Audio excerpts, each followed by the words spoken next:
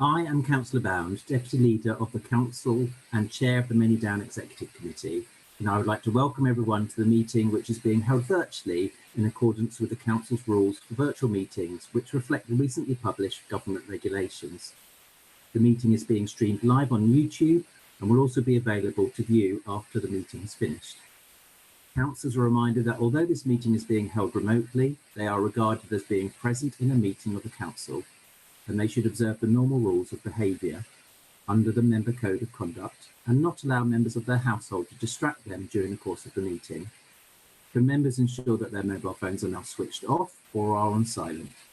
Members of the Cabinet will turn on their video link during the meeting and keep their microphones muted unless they have been invited to speak by myself as the Chair.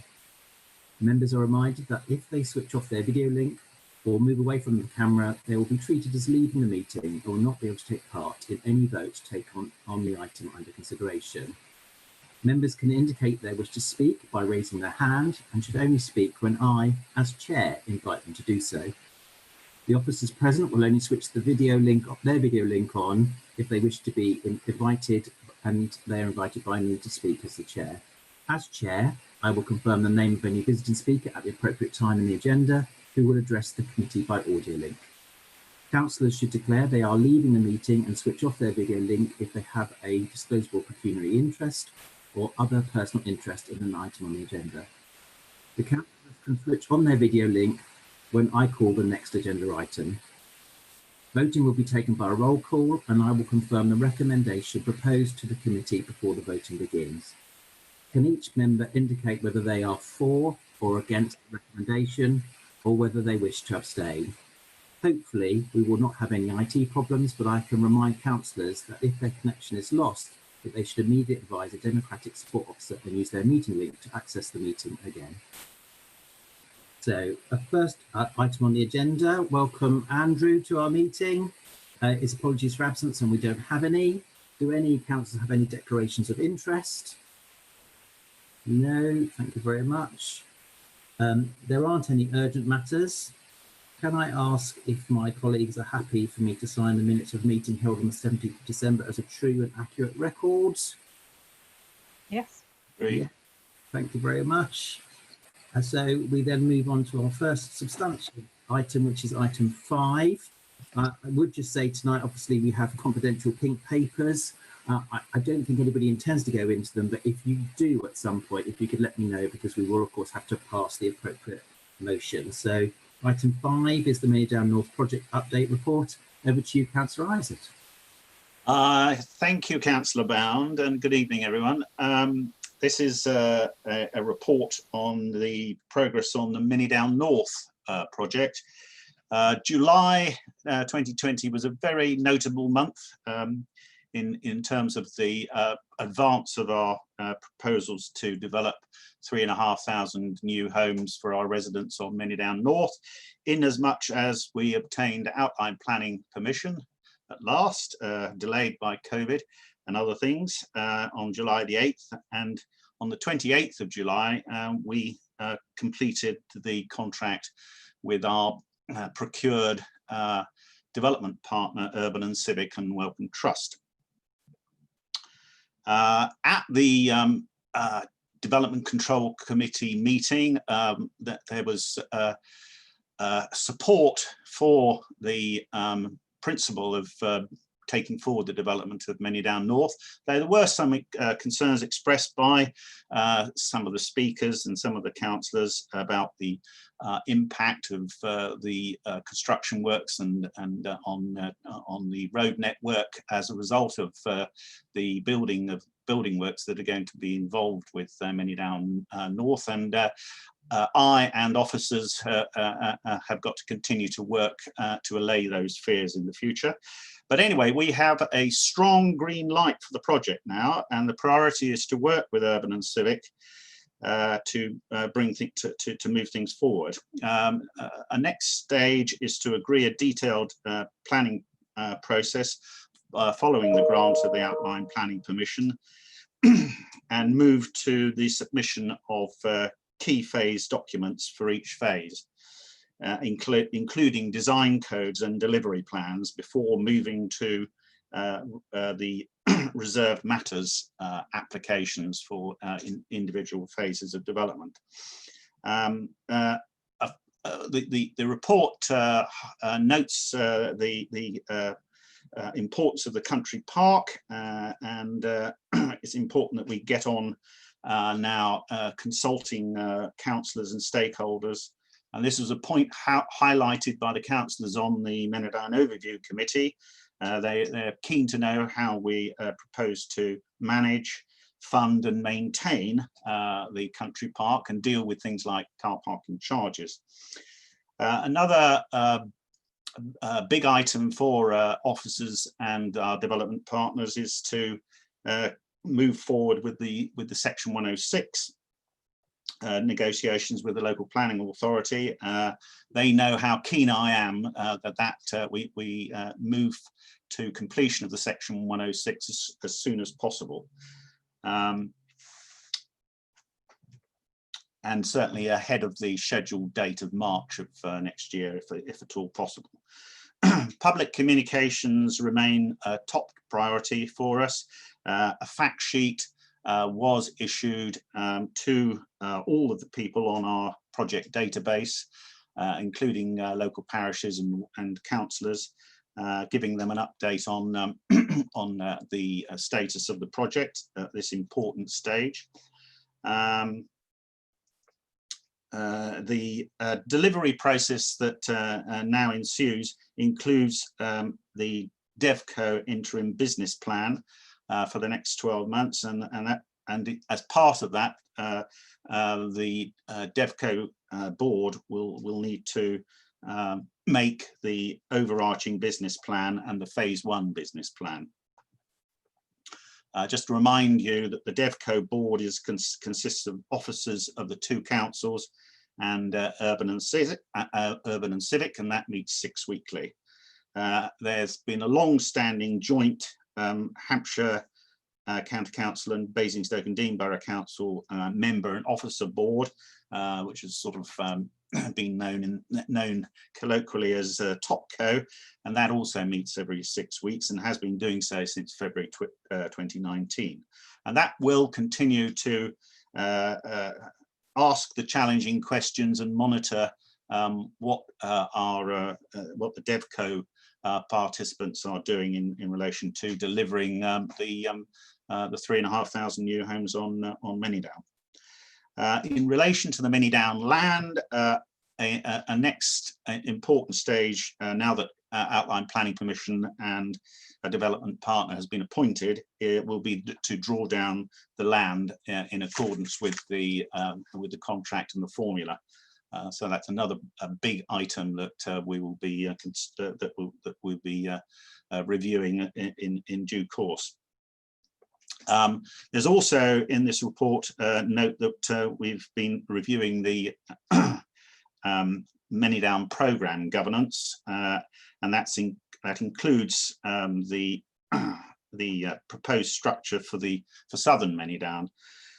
In terms of Southern Manydown, a Southern Manydown liaison group with the large neighbouring landowner, the Society of Merchant Ventures, is proposed in this report, and accompanying that is a joint strategic leadership officer group.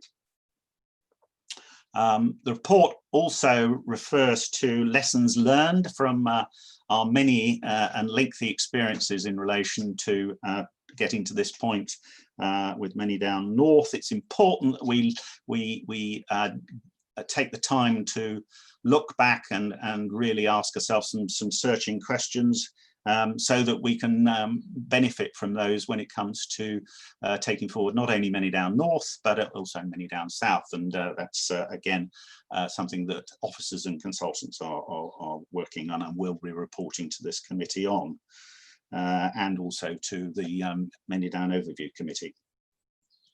The report also addresses the very important issue to our council and to our residents and beyond of the climate crisis. And I would just make the point that from the very go of this project, the environmental impact and the importance of environmental sustainability and what we're doing on Manydown has been a core value. And the report outlines the further work that is proposed in this direction, including the Manydown Home Standard. Again, something that the councillors on the Manydown Overview Committee were particularly wanted to highlight, and they were keen that we embraced innovative technologies in realising the development on Manydown. There's also a financial section in the report which does highlight the potential recovery of £1.2 million of historic procurement costs for the councils from the joint development vehicle. There have been some cost overruns which are reported in the document because of delays, not least because of COVID, to the tune of £650,000. Some of which will be recoverable as part of the calculations in buying the freehold of the land from the Manydown company. Finally, we're now in a position to, as a council, provide loans to the project with some rather excellent returns in prospect if all goes to plan. And I think that is all I need to say to my cabinet colleagues on this particular report. Thank you, Councillor Isaac. Any questions or comments, Councillor Golding? Just to thank officers and the portfolio holder for all their hard work on this and everything that's gone into preparing the update. I think it really has been a significant couple of months, really, in terms of achievements for the project. And although we may feel like we've been waiting for them for quite a long time, I do really value that they have come to fruition, and I wish you all well with the next steps.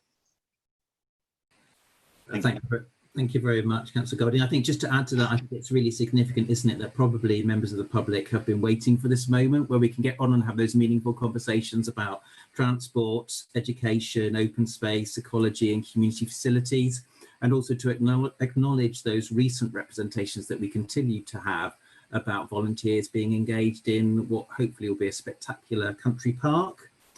So just to remind everybody that as the Manydown Executive Committee, we're being asked to consider the comment on this and to consider and comment on the scope of the content of this report, and note the comments of the Manydown Overview Committee. It is recommended that the Manydown Executive Committee notes the progress made on the Manydown project, notes the comments of the Manydown Overview Committee, notes the strategy set out in the confidential Appendix 1, and approves the recommendations contained in the same Appendix 1, and approves the Manydown programme governance structure on the basis set out at Appendix 2. So if I could just ask whether people are for or against. First, Councillor Golding. For. Councillor Isaac. Yes, please, for. I'm for as well, so that's unanimous. Thank you very much. And then moving on to our next item, which is the Southern Manydown Project Update Report. Again, Councillor Isaac. Thank you, Councillor Bound. So this report addresses the future promotion of the land we own jointly with Hampshire County Council at Southern Manydown for the intended purpose of development, which is the basis on which the land was acquired originally by the councils. It also looks at the proposed future governance arrangements, including, as I've mentioned previously, liaison with the main land holders, the SMV in Southern Manydown. Just to remind everyone, the last MEC approved the establishment of a project for Manydown South. And what officers and consultants are now working on is the detailed project management plan, which is being finalised. and that will cover such matters as master planning, technical studies, our objectives, viability issues. The proposed governance structure is outlined in the report. Just excuse me, I'll just, I can't read my own writing here, sorry. Yes, there's also, we have, the report notes that there's been the establishment of the Basingstoke working group, which involves the West of Basingstoke working group, which involves senior members and officers, and that's been formed to provide leadership and establish a vision for the west of Basingstoke, which obviously includes southern Manydown and the all-important Junction 7 on the M3. The report also covers the Ministry of Housing, Communities, Local Government, Garden, Town Capacity Funding. We've benefited from funding from this Department of Government since 2015, and that's helped us considerably in enabling us to do all the work that's necessary in relation to technical studies for Manydown North, and we are keen to continue to do that in relation to Manydown South, and that's why we've been bidding for the Garden, Village and Town Capacity Fund, and have submitted a bid recently of £1.363 million. I'm not aware that whether we've been successful or not yet. Perhaps Andrew Reynolds will be able to say anything on that, or what the timing is on that. But that bid is intended to help us in relation to master planning and design, technical studies, particularly heritage, landscape, ecology and transport. Also innovation, we're making a case for a Manydown ecology hub, site access and early stage infrastructure studies. Finally, this report highlights the potential and objectives of Manydown South being to be highly innovative in terms of environmentally sustainable solutions, and that's again given the position of the two councils in relation to seeking to be carbon neutral in the work that they're the future work that they're associated with. That's a very important goal that officers are fully aware of in relation to Manydown South. Finally, we are working on a further engagement and communications plan, because it's important that we continue to ensure that our residents and stakeholders and fellow councillors are kept fully up in the picture in terms of the progress that we make in relation to Manydown South, and to give them the opportunity to make comments as we go along the road. Thank you. Councillor Golding, comments or questions? No, thank you very much. I think, as you say, I think it's very important with this stream of work, and it's good to see how comprehensive it is in the papers, and of course how important it is with the strategically important Junction 7 area and the work that we're doing there. So as an executive committee of Manydown, we're being asked to consider and comment on the scope and content of this report, and note the comments of the Manydown Overview Committee. It is recommended that the Manydown Executive Committee 1 notes the progress made on the Southern Manydown project, 2 notes the comments of the Manydown Overview Committee, 3 notes the Southern Manydown update presentation at Appendix 1, 4 approves the Southern Manydown governance structure on the basis set out at Appendix 2, 5 notes the submission of the 2020-21 MHCLG Garden, Village and Town Capacity Fund request as set out in paragraph 5, 6, delegates authority to the project director, Manydown, in consultation with the executive director of corporate services and the cabinet member for regeneration and property, to accept the award of any garden, village and town capacity funding. And 7, approves the release of funds from the grants received not allocated account to the housing reserves, open brackets, Manydown, close brackets, once received from MHCLG for garden, village and town capacity funding, and the release as required up to the maximum of the sum received and accepted in 6 above, and the approval of the executive director of corporate services for utilisation within the Manydown project. So if I could ask for or against. Councillor Golding. 4. Councillor Isaac. That's a 4 from me. Thank you very much. So if we would then go to the agenda, we haven't got any other agenda items. So just thank you very much. And I'm sure I'll see you both later at Cabinet. Thank you. Thank you very much all.